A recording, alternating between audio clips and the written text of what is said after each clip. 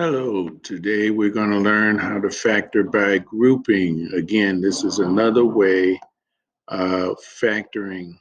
Again, there's about 4 or 5 different ways. This way is by grouping. You need to choose one way that you like doing and then continue doing it, become a star in doing it that way. Again, there's a number in front of the x squared. The coefficient in front of the x squared is some other number beside 1. So you're going to take the first number and multiply it by the last number. So here we have A is going to be 4, the first number.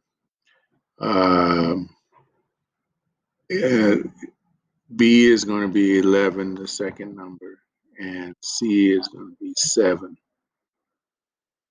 So when you rewrite this, it's going to be x squared plus 11x plus 28, because you took the first number times the last number. All right, so substituting it in here, you're going to take the last number that you got, which was 28, and put it up on the top.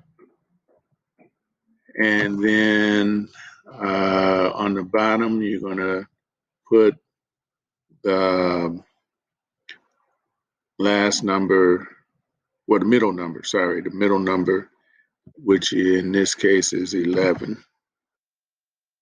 And now you have to find two numbers that multiply together to give you 28. And because this is a positive on the end, that tells you either they're both positive or both negative. And you look in the middle, and that tells you that they're both positive because you have a positive number here. So two numbers multiplied together give you 28. And when you add them, you get 11. So looking at your factors, you have 1 and 28. You have 2 and 14.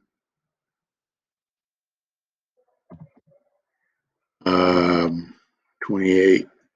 You have 3 doesn't work, 4 and 7.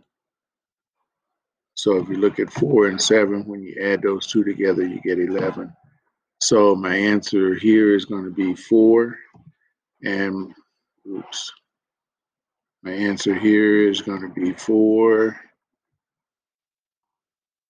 And over here is going to be 7. So this is by grouping. So what you're going to do is take the first number here, 4x squared. 4x squared. And instead of writing 11x up here, you're going to rewrite it with these two numbers that you just found. So it'll be 4x and 7x. And then your last number up there is 7. So once again, I rewrote this in a different way.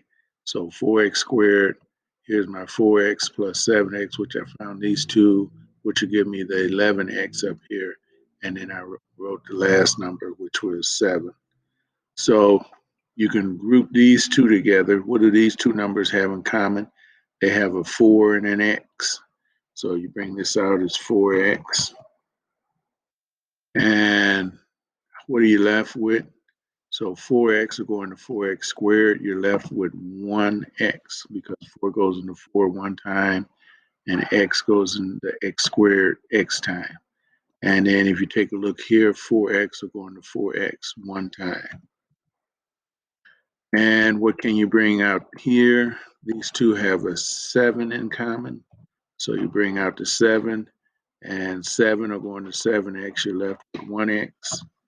And 7 will go into 7 one time. All right, so because this is 1x plus 1, and because this is 1x plus 1, I can rewrite it where I have 1x plus 1, and then I take the numbers out front, which would be 4x plus 7. And that's how you do grouping.